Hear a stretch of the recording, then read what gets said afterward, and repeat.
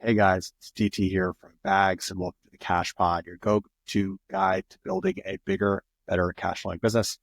Thank you for spending some time with us today as we always talk about everything as it relates to business growth, mastering your finances, accessing capital, and scaling your business without hopefully burning yourself out.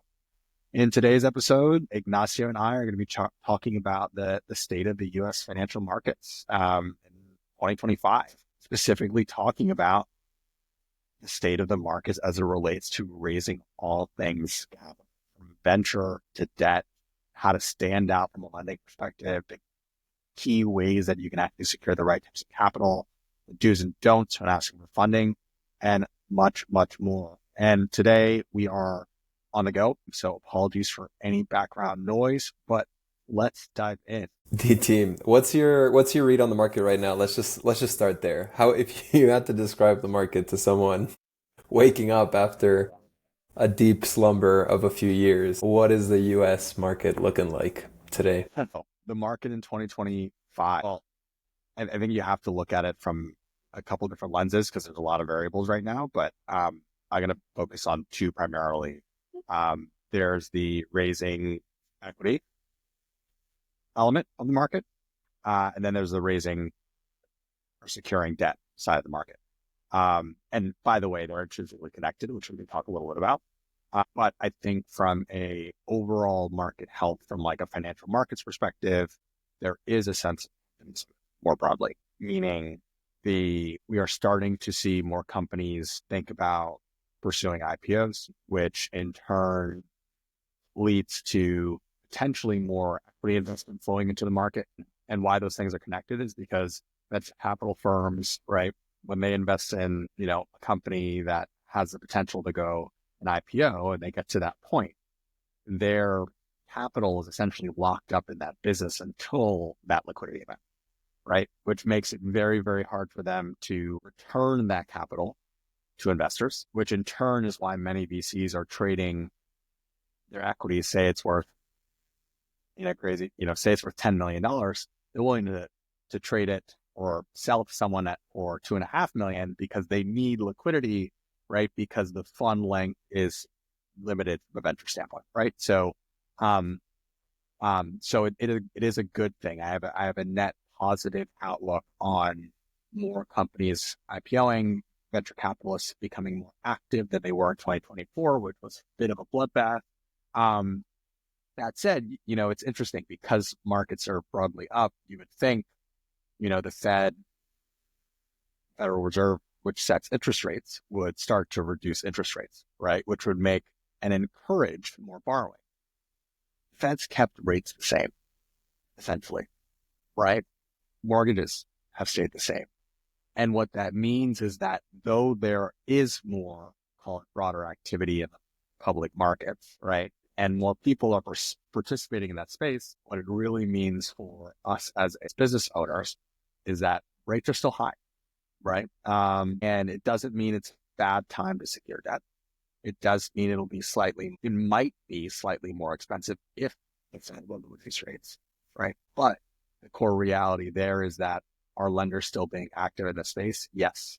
Is it incentivizing more larger players than others to continue to focus on where they can make good returns, aka deploy more money and more debt to small businesses? Yes, right? Which is actually, from our perspective, a net good thing because it means more people will start to look at the small business ecosystem as a great asset class and in turn result in an increase in flow of capital, which is really hopefully what we want to see. I think it's really interesting because even I'm going to kind of touch back on your point on the venture side. We are seeing a reversion back to probably more deployment this year. I totally agree with you on that. What I think is different about like the bonanza of venture is that venture is now for like real moonshot projects, right? And I mean that from the sense of, things that are really what venture was originally intended for. Because I think at the beginning of venture, it was like, okay, what is this like game-changing technology in health or software or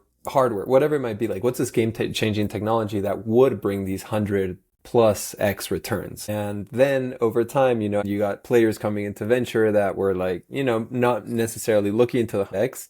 and not necessarily willing to bet, because it's really a bet, like bet that money on something that could be massive, but is most likely going to be lost. And I think we started seeing like kind of more kind of middle of the ground in companies in terms of innovation going for venture, right? And I think actually that's like where the venture CPG boom started, right? CPG, I think, is an incredible space, super investable in a lot of ways, definitely should have capital going there, but it's not necessarily the right fit for venture, because if you have whatever it might be, a CPG brand, and I have a competitor, the chances that we can out innovate each other to actually be 100 times better is close to none, right? Especially when we're talking about, a highly competitive space where brand wins more than innovation. And so now I see, okay, the VC landscape, and to think about it and like raising in a complicated environment is my technology going to be game changing, or technology, product, service, whatever it is, game changing in my vertical and industry? If yes, go for it, right? Like that's why we see so much money being thrown into AI, microchips to process AI, things like space exploration, like really out there stuff. And I think healthcare, because there's a ton of space to see really kind of step change innovation there. But so now that we're opening up the can of worms as it relates to like how the venture market's changed, I agree that there has been a broader push back towards like real, call it innovation. That said, though, how these companies are evaluated as it pertains to their innovation and their business model, which is a different approach than what the market was, when FANG, Facebook, Amazon, Netflix, etc., came through the early 2000s, mid 2000s, and today, right? Or even I'm honestly talking about pre-COVID, and even like the post-COVID space where valuations are nutty, right? What's happening, what venture has now held on to due to the market correction, is venture capital firms, the threshold for what it means to be a Series A, Series B, Series C company, right? Isn't just, hey, you got a bunch of users and you built a mode, right? It's show me a pathway, right, to revenue, profitability, scale at an enormous rate, right? Because, right, when you think about the net end result and these companies potentially going public that those legs, they're going to also be evaluated on more business fundamentals than just, hey, I'm a moocher X, Y, and Z, right? And so it's this new definition of what it means to be a venture-backed business.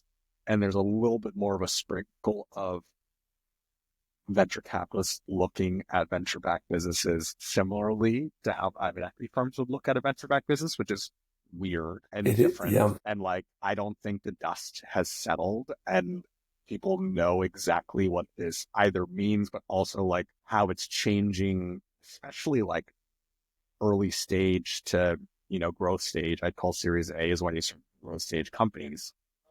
Changing the script around what those companies do, where they go, what success means for them. Because now, as compared to in the past, if for me to raise a Series A as, let's say, as Bags, right, we would need to be a business that's doing 3 to 5 in ARR. Not to say that we're not doing that right now. Shout out Bags, making the money, right? We would need to be 3 to 5 and or close to, or a pathway to, and the potential to turn 3 or 5 to 30 or 50. Yeah. Right? Yeah. And then begs the question, it's like, that means, by the way, my business is not sustainable, more sustainable than it was. Do you need venture? Does venture help you get there faster? Absolutely. So like there's this entire dynamic now that is forcing founders to like rethink, relook, and reanalyze how they approach the market. And the last thing that I'm just going to like throw in there is the part of what contributes to venture being active is how easy it is for them to raise money, right? And to the point of innovation, still the majority of capital is being now deployed, not to net new fund managers. It's being deployed to, one of the big venture funds, A16Z, Sequoia, Insight, and the others, right, who've been around for multi-billion-dollar funds and vehicles. And so like they want to write big checks, right? So there's all of these interesting dynamics happening right now in the venture space I don't know how it's going to settle down. I do think what it means, though, is that businesses are going to have to start thinking, hey, how do I build a business earlier? And how do I think about hyperscale earlier? And I think the days of the pre-seed, I'm a guy with an idea and no product and no customers and no market validation, and someone's going to write me $1 million in check on a piece of paper. I wouldn't say those days are gone, but it's a hell of a lot harder. Yeah, I agree. It's way harder. It's almost like you're saying venture capital dreams and ambitions, private equity numbers, Yes. and probably like lendable operations. And if you have those three things, obviously, like you're gonna crush it in this market. But it's so hard because I think like realistically, you build a model to focus on one. And what's really interesting, and I think William and I were talking about this over a video we saw the other day, is actually once you get into that $3 to $5 million range, you're much better for private equity, right? Like than a Series A at this point, because Series A is going to push you into that growth, 3 to 5 million. And like unless you have that plan charted out and you know how you're going to get to like 10x in the next year, you become a really interesting vehicle for private equity. And I think like what we're seeing, kind of throwing it back into the split of that private equity analysis, is like venture arms developing like a private equity investment branch and vehicle. And I think this kind of what we're seeing in what is kind of maybe the tail end of a tough market with a little bit of optimism is these hybrid or adapted vehicles. And I think we've seen that in the lending space as well. For sure. Do you want to dive a little bit into that and how we're seeing maybe the evolution of lending products over the last 6 to 12 months? Yeah, absolutely, without a doubt. So, I think there's been more, and there continues to be more innovation in regards to lending products and how they're approaching them. And with all things lending, like sometimes it's innovation at the expense of rate, right? Like you can be super innovative, but like the return on that loan that you just took, they might ask for 2x, right? Over a period of 2 years, Yep. right? Yep. Which is crazy from an APR perspective, right? And so, but I do foresee, though, we are starting to continue to see more activity from various lenders starting to play in the space. I was chatting with some a relationship of mine who works in small business credit at a top 5 bank, and she was like, "Hey, 2025, bank is focused on small businesses. We weren't in 2022. We definitely weren't in 2023. We want small businesses because that's where we see an element of stability, which is interesting, right? In a market that in reality is a bit volatile, right? And so I think what's important for the founders who are listening, though, is as you are starting to hear about innovative net new lending products that feel like equity, but might be debt, are structured like debt, but have return levels like equity, I would ask yourself, right, if and given you feel confident that you can repay, for example, a X in 2 years, what that actually means fundamentally for you as a business is that you could probably afford to take on a term loan at a lower rate that's longer term capital, right? And in turn, have the ability to save a lot of money repaying off that debt over a period of time. And of course, they'll say, oh, well, it's like, we're going to take a percentage of founder income. Like all of that encroaches on your ability to run your business and afford to be able to live your life running your business. That stuff matters. So read the fine print, do your diligence, talk to people who understand the debt space like Bags, and really make sure that you are bringing on capital that allows you to get to the next level without the potential expense of debt that is in reality being returned like an equity investor's investment would. Yep. Like in a it's what feels like it's good, but in reality it's predatory. Yeah. Yeah. And I think that's the key, is like figuring out what, like disassociating the emotion to the reality of like whether like, and I think we see this all the time, by the way, just like a quick side note outside of the financials is like sometimes you have an amazing relationship with the institution that's lending to you, and so it feels like, getting treated well, and they like are super responsive, and they might like the person issuing the loan might not even be have those intentions, right? They might not have those negative intentions, but like by definition, if the rate is like 2 or 3x what you could get somewhere else, that's predatory. And it just doesn't feel that way because the customer experience is so good. And so and sometimes, your rates are going to be way better somewhere else. Anyway, it might not necessarily like feel as nice, but what I'm going to say is like it's going to feel way better at the end of that story when you're paying less. One thought that you sparked for me is actually just this idea of like, okay, if we're looking at it in a tricky market, I think maybe one point of it on the lending side is to contrast it to a bright market, right? And like a really optimistic scenario, which is, I think you've experienced it in all of your founder sessions. I've experienced it, is like when people come in and talk to us at Bags and you're like, what's your ideal lending scenario?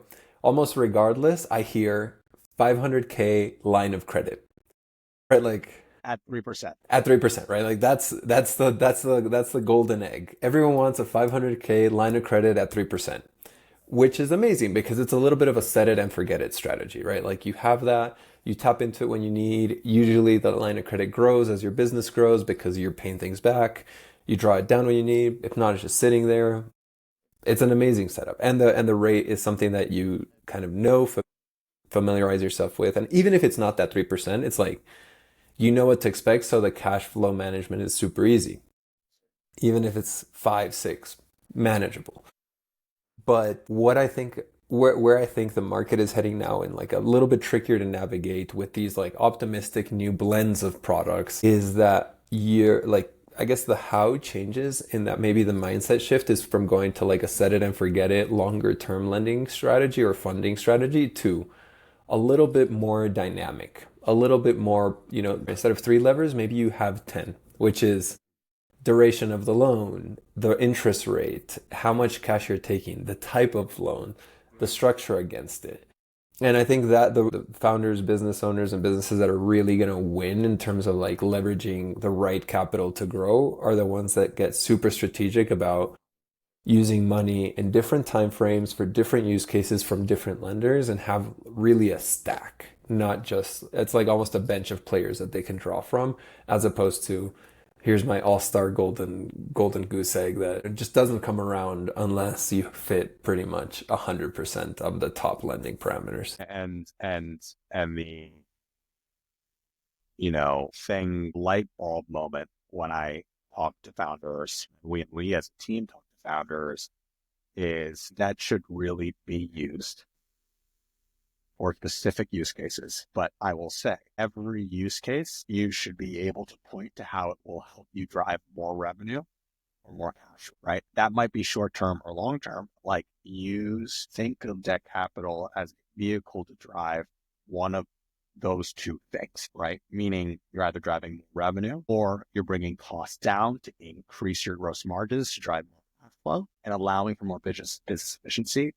That's the name of the game, right? And so even if to the point of the debt stack, you got a term loan to make some longer term investments in your business to drive more flow, but then you finance your equipment, right? Because that will enable you amortize that payment over a period of time so that you can get better margins on your product. And then you finance your accounts receivable so that you have a tighter cash conversion cycle, more cash is hitting your bank account and increasing your cash flow, right? Like just in those actions alone, you're freeing up capital, you're driving revenue, right? And in turn, it allows you to be more tactical about where you can go with your business. And from a market of 25 perspective, no matter really actually what's happening in a broader political, which we can touch on briefly, you should be able to build a debt stack that should fund the growth of your business sustainably and take progressive steps towards hitting your goals. And that might mean the first loan to the point of I want 500,000. Are we going to get there? Guess what? First loan is going to be $25,000. You can use that 25 to generate another $75,000 in revenue. Right? Once you do that, awesome. You're going to qualify for another 50K, maybe even 100K. Great. Now we're going to reinvest in that growth. That business needs to now do $500,000 worth of revenue. Hey, now you're at 500. How do we think about the next 250? And that progressive growth over a period of time where you're leveraging capital, reinvesting, optimizing, growing is the name of the game. And to be honest, like that's why we've had so much success working with our businesses, right? Like the average business in bag is growing 250% year over year. The key to that, strong financial management, one, and two, the access to the right type of capital, deploying it towards things that drive revenue, right? Increasing our available credit, securing more capital, reinvesting. Totally agree. And also have nothing to add there because it was kind of spot on. One thing I do want to shift gears into because we're giving this advice of, be a little bit more dynamic, be more specific in how you use your capital, make sure that you're going into the right growth cycles, I think is how I would describe what you're saying. How do you, I think, considering the environment, considering the advice, how do we stand out as a business owner in securing those loans, right? Because at the end of the day, whether it's with a lender, a VC, private equity, there is someone that you're going to have to present your business to in one way or another. But before we get into I guess the ways to stand out, let's get into the ways that you could just get lost in the crowd. Like, what are the things that if you wanted to get lost in the crowd and never see a dollar, like what are you doing? First, applying for too much money. Ask for too much money before you're ready for that much money, right? If your business is doing $250,000 a year and you ask for $2 million, you will be denied on the spot. Easy, right? And from every form of capital, right? Easy. Go ahead. No, even to your point of that $1 million on an idea, right? Like on an idea, maybe the days of $1 million are gone, but 100K might be there, right? And I think that's the shift that's happening in this market. Correct. There's a leveling to capital access and current state of business. That's already happened in 2025. Next thing, and this is no matter what you're applying for and who you're talking to, you don't have your finances. It's an immediate disqualifier, right?